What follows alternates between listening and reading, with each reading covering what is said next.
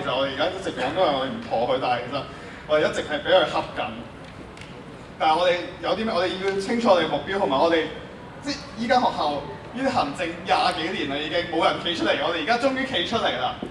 咁我哋係咪應該把握我哋而家企出嚟呢個力量去推冧呢樣嘢咧？係，我覺得唔好意思啊，有啲激動，因為老實講，我係唔中意呢間學校好多嘢，即係無論老師啊或者課程啊，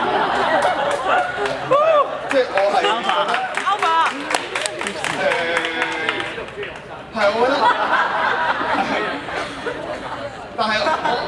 但係我無意地，我20幾歲入邊有4年或者5年可能要 defer 啦，5年嘅青春就喺度啦，所以我哋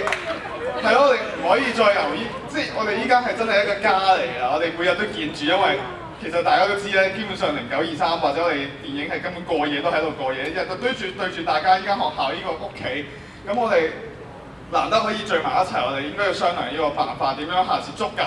我哋有嘅一個實力，即係我哋而家有嘅就係人數，佢哋冇嘅，佢哋最缺乏嘅一樣嘢，我哋下次可以一次過擊敗佢哋啊嘛。